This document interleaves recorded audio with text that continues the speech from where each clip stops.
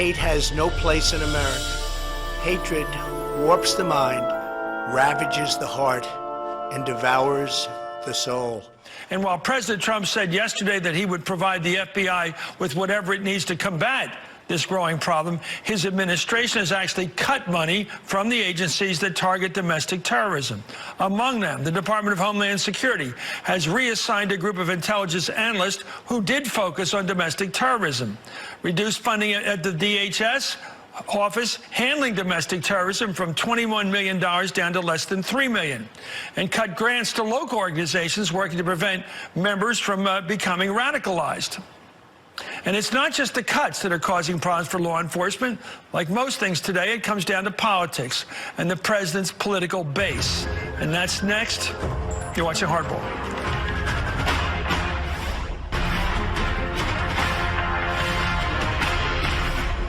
Welcome back to Hardball. As the country faces a growing threat of white nationalist violence, federal agencies are scrambling to counter these types of attacks after money cuts. A Department of Homeland Security official tells NBC News, for example, that the feeling of DHS out there is, uh-oh, we have a problem. A former FBI supervisor who oversaw terrorism cases, Dave Gomez, tells the Washington Post, I think in many ways the FBI is hamstrung in trying to investigate the white supremacist movement, like the old FBI would. There's some reluctance among agents to bring forth an investigation that targets what the president perceives as his base, political base. It's a no-win situation for the FBI agent or supervisor. For more, I'm joined by Frank Flaguzzi, former assistant director for counterintelligence at the FBI, Malcolm Nance, MSNBC terrorism analyst, and Cynthia Miller-Idris, professor at the American University and the author of The Extreme Gone Mainstream. Boy, I don't know where to start, but I got to go with Frank on the one point. Frank, what is your sense about the morale problems of agents who are afraid to go after white nationalist groups because they're afraid they don't know what side the president's on? If an FBI agent isn't opening a case on domestic terrorism headed to violence because he's worried about the president, the FBI agent should be fired. I don't agree with that statement that's been made. That's not the problem. The problem is that we don't have the investigative tools in the toolkit. The FBI and law enforcement isn't permitted to be where they need to be to see this happening and unfolding.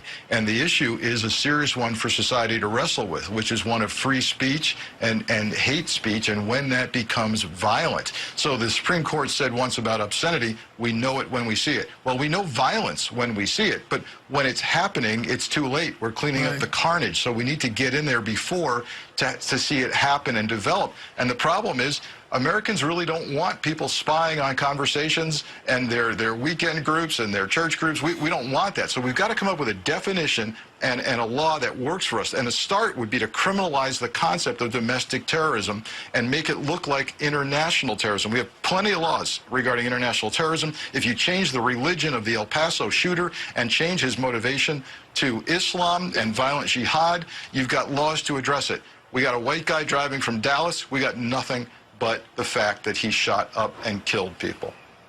What about the president paralleling a terrorist encouraging imam? Frank? Well, look, I'm seeing a radicalization. I'm seeing radicalization play out here. There's very little room between what we see in Islamic jihad radicalization to violence and what we're seeing on white supremacy, white nationalism call to action. They're aligning with a leader, a kind of father figure who's giving them license. Now, there is a distinction. President Trump, to be clear, has never called for direct violent action, but understand that unstable people don't make that distinction. It's lost on them, so they're feeling encouraged by it. And the president's press conference yesterday didn't go far enough to say that he personally condemns that ideology. So the radicalization process has not been disrupted, and unfortunately, we may see more violence unless this insider-in-chief comes out and says, I need you to stop this. Cynthia, what causes a white supremacist to be a white supremacist to the extent of believing they're going to take action, violent action, to make the country, ethnic cleansing, whatever the hell you're going to call it? These people are killing people who aren't white.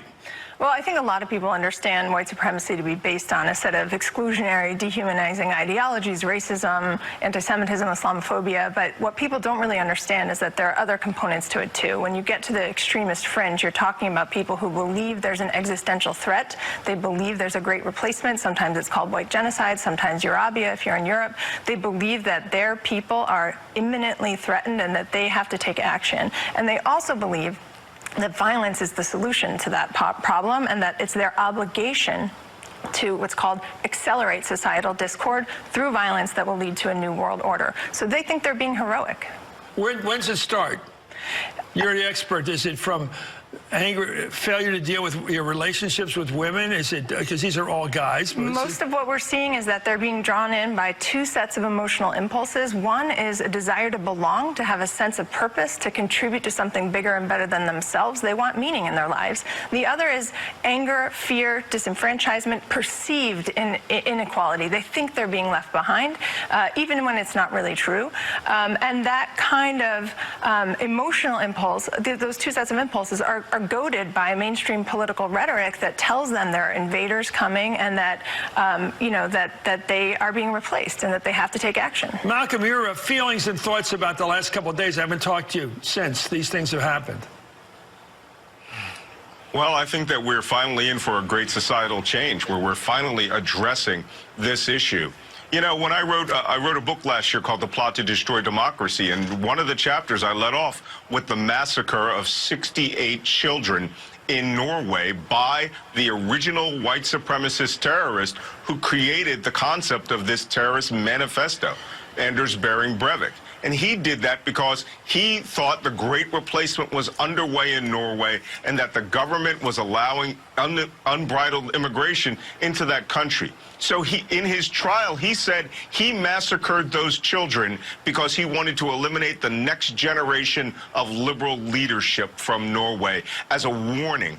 This country has had several of these mass incidents, but I think we're overdue for a Breivik-style real massacre of a political nature. And as Cynthia said, these people feel that they are the foot soldiers and executors of what the disenfranchisement that the white race is feeling, and Donald Trump is giving them subliminal orders in their head. They are no different than the mobilized, self-starting, self-radicalized terrorists of ISIS here in the United States and Europe who take cars and drive down streets. It's just that they have a permissive environment in which they can get firearms and go out and attack their perceived enemies.